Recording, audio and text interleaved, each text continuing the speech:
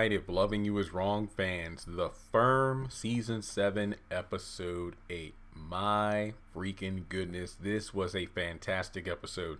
Now, you're probably wondering why I wasn't live tweeting.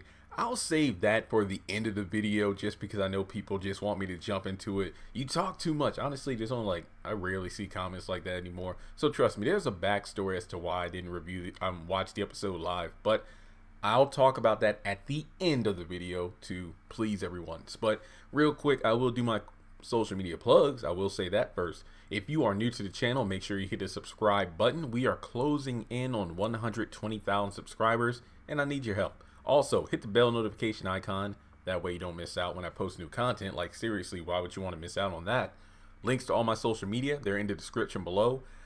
We need about 130 more people on Instagram, and our Instagram page will hit 20,000 followers. Seriously, that's a big milestone in itself. So make sure you follow me on IG if you don't already. Shout out to the patrons over on Patreon. I'm about to create a tier for $1 patrons, just $1. Just to donate $1 a month. You're going to get memes and other fun things. I'm really going to diversify what I post on there.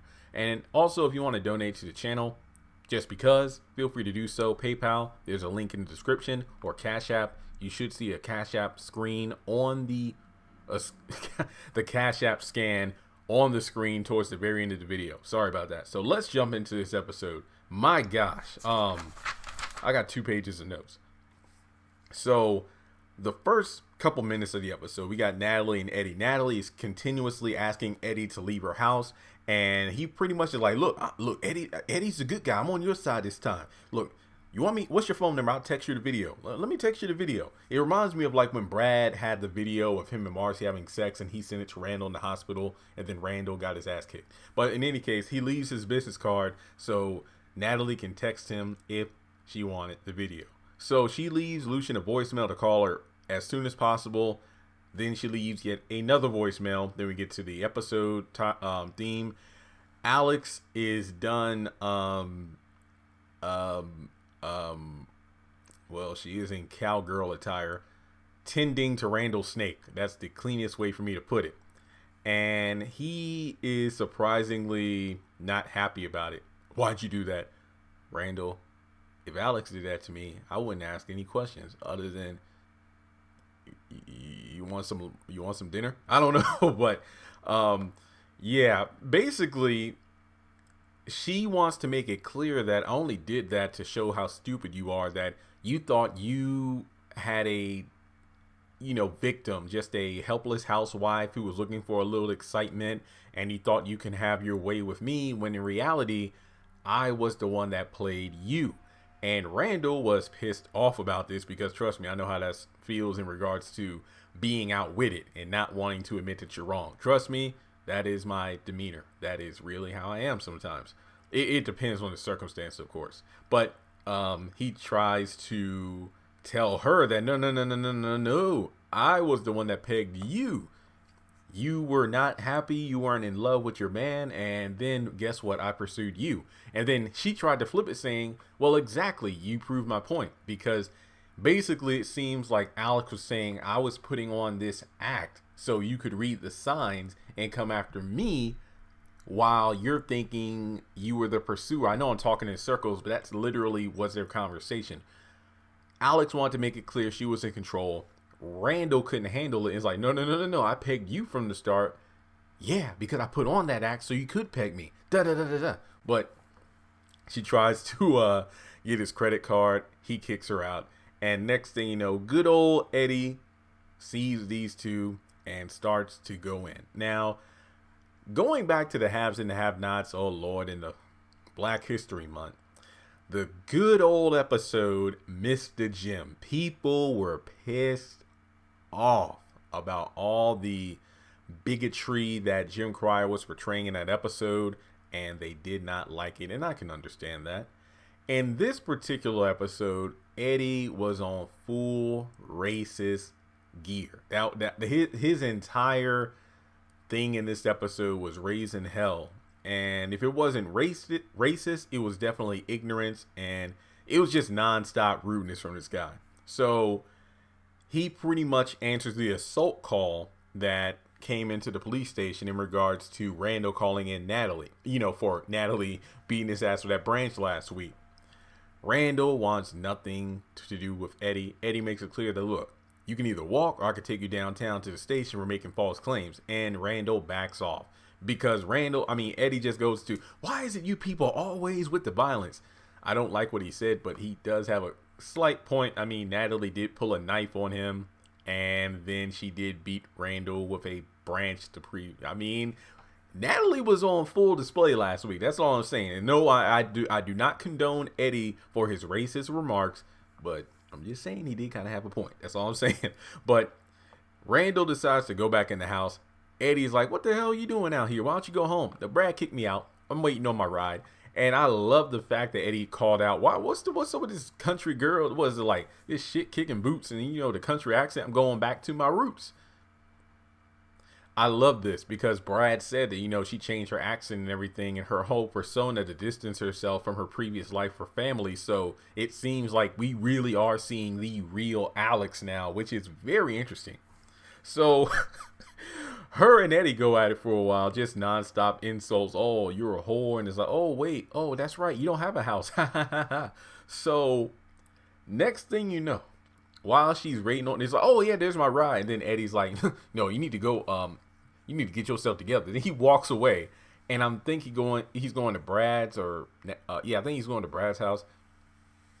I think, but this girl jumps in the car and drives off, and then Eddie chasing after her had me dying. Like, I was like, what the hell is going on here? This is hilarious. And okay, so running is one thing, but this fool throws the gun. And look, did I see the scene wrong? Because he runs, has the gun pulled out, then he throws the gun, and I don't even think it makes it to the car because she speeds off.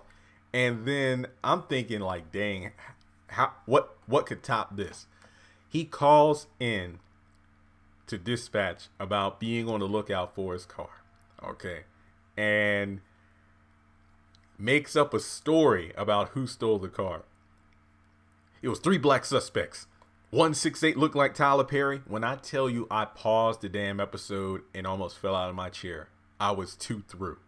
One was 5'9", another 5'11". What were they wearing? Jeans, oversized t-shirt. The things that y'all people like to be wearing. Turns out the woman on dispatch is black and he don't give a damn. Then Alex intercepts it saying that, what y'all like? What, is he lying to you? Don't believe all that bullshit. And this girl, oh my goodness. Alex is on full display. This was definitely an Eddie episode, but he was getting screwed over at every turn, and I loved it. So Alex said the car isn't even 50 feet away. He isn't even looking for it. It's at the corner. And then the woman's like, oh yeah, we just traced the car. It's right around the corner. I love everybody in the office just mocking Eddie the entire time. So, okay, we're going to send someone out there. Ma'am, please stay where you are before the police come. Oh, hell no, I ain't staying here. So we can assume Alex got picked up by whoever because she wasn't about to go to the police station over that nonsense. So basically, oh man, Eddie just showed his ass. And then he goes over to Brad's house where Marcy's fixing dinner. We get the first look at the baby in a while, if I'm not mistaken. Okay, is this officially the first real look at the baby this season? Because when Marcy was holding him and Brad at the beginning of the season, that clearly wasn't a real baby. But this is a real baby, and he's adorable. But Eddie comes over there, and Brad lets him know everything, well, to an extent, of what's going on. Alex left. She's left the kids with him. He's coming to stay over.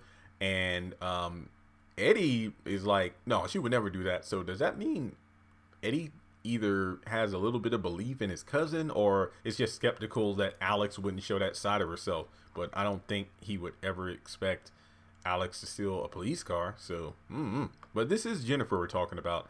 But he literally just, spouts a lot of ignorance about giving a little bastard for adoption, going over to the hospital, doing whatever it takes.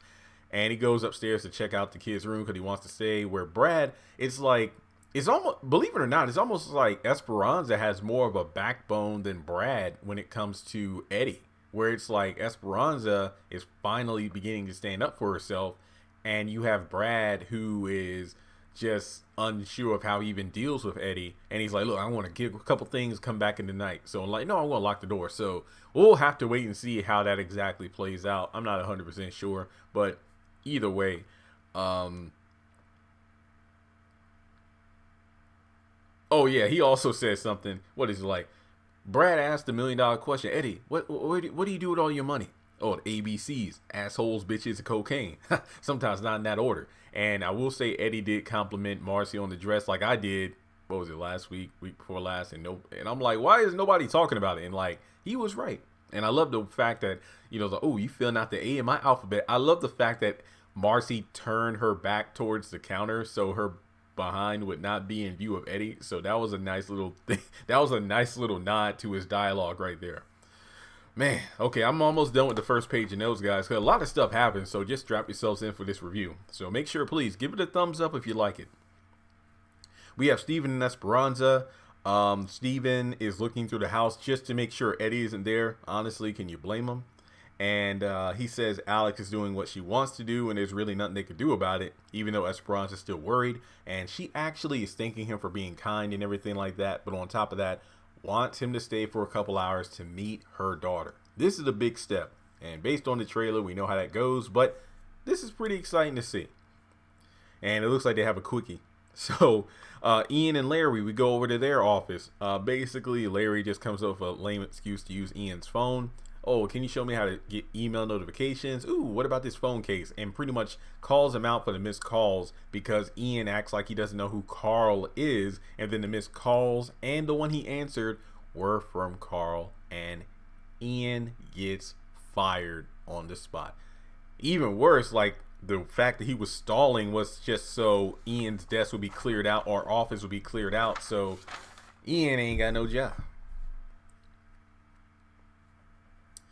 It's a shame, but looks like Ian isn't quite done with Larry. He's like, I will bury you. Oh, I like to see you try. Larry is fires Ian, says he's going to make life a hell. Well, he's going to make Carl's career life almost non-existent with a few phone calls, and he's already making enemies with Eddie over that money. So I don't think Larry going to make it to the end of the season, y'all. I'm just being honest. Okay, so we get over to freaking Peter and Paisley. I lost them. I'm like, oh my God, they're back. They're back. Look, I know I was happy just because we haven't seen him in forever. Peter is almost tall as his father. And then Paisley, she's so adorable. She got the glasses on and everything. So they finally come downstairs and like, we haven't seen y'all in like 5 years. I'm thinking this. I know it isn't 5 years, guys, but I'm just thinking like, this is great. So they come down, and this is like the first of like 3 freaking reunions. So yeah, they come downstairs and Peter asks where his mom is. And when he's like, no, it was like, hey, Miss Marcy. And then it's like, hey, where's mom? When he said that, I paused. It was like, damn, his voice, like, yo, this ain't the same Peter. So the kids sit down and they know what's up. Brad says the divorce, it happened. Mom's on vacation. She'll be gone. She might be back tonight, maybe tomorrow. She's on vacation with some friends. And God, I love these kids. They know what's up. Look, we just want you to be happy. It's like, oh yeah, guess what? I'm moving back in. I'm going to be taking care of you kids full time. Don't worry about it. And Miss Marcy will be here every now and then to help out. Are you two dating? And I'm like, they know. Here's one question I'm actually concerned about. Well, not concerned, but curious. Paisley said mom told me about the divorce. When did Alex do that? Because the kids were either with the babysitter or whoever else. I mean, I'm talking about after the divorce was finalized. After the divorce papers were signed, Alex went to Ian's. And then when she came back to the house the next morning, that was after the kids had went to school. And then, I don't know, because the kids had their back. I don't know. I don't want to overthink it. I'm just glad they're back. So basically, they just want their mom and dad to be happy no matter what exactly happens. So I'm like, that's awesome. And you know why that's awesome? Because that's the only positive kid and adult reunion in this episode. So Brad is happy it went well. Marcy comforts him. And I like the scene.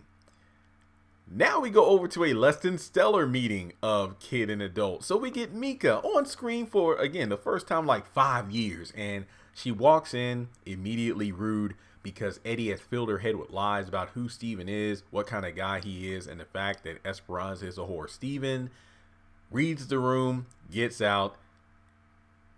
Mika calls Esperanza a whore, gets slapped, and I'm thinking to myself, what? And then she runs into her room. Oh boy. So Esperanza can't believe it. And don't worry, guys, I will talk about the slap in just a second. So we go back over to Natalie. She leaves a 5th voicemail for Lucian, who still hasn't answered. And we get the 3rd reunion of the episode. So all of her kids in Justice come in from school like, where are these kids? What's going on? Where are these kids coming from? I'm like, I was waiting for Pete, Joey, and Andrew, Julius, and whoever else to just pop up out of nowhere in the episode, because I'm like, we're seeing everyone now, and I love it. So, long story short, Justice got into a fight at school because of the fact that the kids just would not stop talking about Kelly, and Natalie sends everyone to their room to do homework while she talks with Justice about what happened. And he's like, I want to get it. Look, I didn't start the fight. I don't even bother those kids, but they just kept talking about my mom, and I can't take it anymore. And it's like, I want to get a gun and kill him. It's like, no, don't do this. And he's like, well, why? I shouldn't even be talking to you. I'm thinking to myself, is this a nod to Justice somewhat blaming Natalie because Natalie was the one that got Kelly the gun to begin with? I mean, let me know if I was the only one that thought that, because I'm like, if that's true, then that actually is a logical point and shows some resentment, which I think is good. I mean, obviously it's not good, but I just like the depth they're going with this character arc because we haven't seen him in so long. But in any case, he just goes to work on his homework as well with the other kids, and you know, Natalie's obviously upset, so she calls Lucian again, and well, obviously for more than just the whole video thing. All right, so Mika calls Eddie in the bathroom and tells him about how Steven was there, and I told him to leave, and she wants to be with her dad, and Esperanza slapped her, and is like, my face is red. So he's like, look, take a picture, send it to your daddy. And again, I don't like Eddie, but I just love the fact that he does have a relationship with his daughter. I do feel I like that. He's not obviously a great dad, but at the same time, you can tell he loves his daughter, even though, you know, I just hate to see people manipulate their kids like that. But I do like the fact we see a softer side of Eddie. But then Esperanza's calling Mika. She doesn't want to answer, keeps calling her whore. All I'm saying, and I'll talk about this as we get to the end of the episode. I'm almost done, but I just know that door would have been broken down and my ass would have been whooped if I were a kid. That's all I'm saying. But so Eddie and Esperanza talk because Esperanza calls Eddie, and because she's concerned about their daughter. And basically, Eddie already knows about the slap and everything, and the fact that if it comes down to it, and she tries to get full custody, basically Eddie's going to use Mika against her mom. So I don't even know if Esperanza can even get full custody based on like the slap and everything. We'll just have to wait and see. Basically, she gets a text then for Steven to come meet her outside in his car. She's upset about the situation and can't believe what Eddie's done to their daughter. And they hug, which is good because she definitely needs a hug. Esperanza, my gosh. All right, so Lucian brings Kelly home. Eddie's outside to meet him, talking about how Natalie is all fueled up and riled up. And, you know, Lucian better watch out when he gets over to the house. And they don't even give Eddie the time of day. Kelly goes in, and then Lucian follows her into the house. So she's just taking in the fact that she's back at home, and she apologized for all the trouble she's caused in regards to the kiss. And like, okay, I'm going to go to the back, and I'll go with you. It's like, are you sure? And it's like, no, you better go home. It's like, no. Natalie just needs time to cool off. Don't worry, I'm doing the right thing. And I'm like, what the hell? So Eddie sees Natalie outside. I think she's coming out the front door, and tells her about the fact that, hey, they've been in there for a while. You better go in there. Don't knock. That's all I'm saying. So we all know how it ends. She walks in, and that's the end of the episode. She screams, and that's it. Like, you son of a... So that was the cliffhanger. What did I think of the episode? Well, it was actually very, very good. All right, so let's just do a quick overview. Again, I'm just happy that we got to see all the kids again. That was great.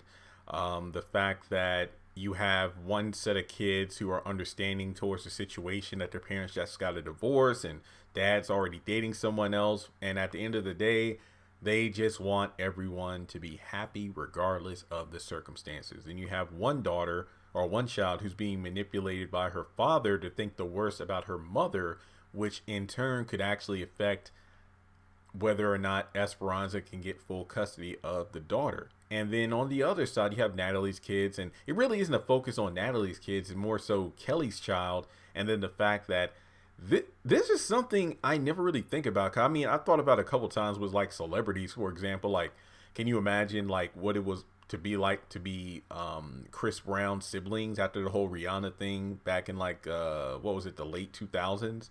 Like, imagine being known in school as, oh, you're Chris Brown's brother. I think he has brothers, right? Like two. Yeah, yo, you're Chris Brown's brother. Oh my God. And then it's like, oh, Chris Brown like assaulted one of the most famous up and coming female artists of that time. Now, what's that conversation like in school when you have people who are Rihanna fans who just are disgusted, like, ooh, you're Chris's brother. I don't want to date an abuser's sibling. That's crazy. So imagine on the other side, not celebrity, but yeah, you are related to someone who is, well, famous, air quote, for the wrong reason. Like, you have a parent, you have a sibling, you have a family member who's connected to a major crime. What are those discussion likes at school? Especially nowadays with social media, where back in the day, unless it was like, you know, in the newspaper or your parents talked about it, or it was on the news, it really wasn't that well known that, oh, your cousin is in jail for drugs or whatever. But, oh, wow, your mom killed someone who is part of a prominent family in that community, and she's in jail for murder. Damn, kids are cruel too. And then like just as mentioning the gun thing, I'm like, that was some scary stuff, because it's like, no, it's like seeing what your mom did to get rid of someone who was harassing her, and it's like you want to do the same thing. So Tyler Perry went into some dark shit he went into some dark shit in this episode. He really did. And it's like, it's crazy because of the fact that you have an episode where Eddie's just spouting ignorant, racist, and bigoted comments, and then you have the back half of the episode, which is showing a lot of dynamic from the youth side. And I do like that flip side of the coin when it comes to this episode. And on top of that, let's see here. Yeah, that was it. But what would I score the episode? Now, I don't want to make it seem like I'm just diminishing the value of a perfect score, but let me think real quick. Let me think, because this was a really good episode. 10 out of 10. 10 out of 10. I know it's weird for me to do that because I gave The Oval a 10 out of 10 last week, and I'm giving If Loving You Is Wrong a 10 out of 10, but this was a great episode from start to finish. Again, there were just so many surprises. Like, I did the video about, you know, Alex and Brad's kids showing up. I theorized either within the next episode or two, but I didn't expect this one. I'm like, well, so when they came down the stairs, I'm like, oh my God, they're back. And then again, Natalie's kids didn't see it coming. Justice didn't see it coming. Mika, I believe, was the only one, and that was just because of the trailer. So this is great. And then we got set up, you know, with Larry firing Ian, and, you know, it's just a lot of stuff going down.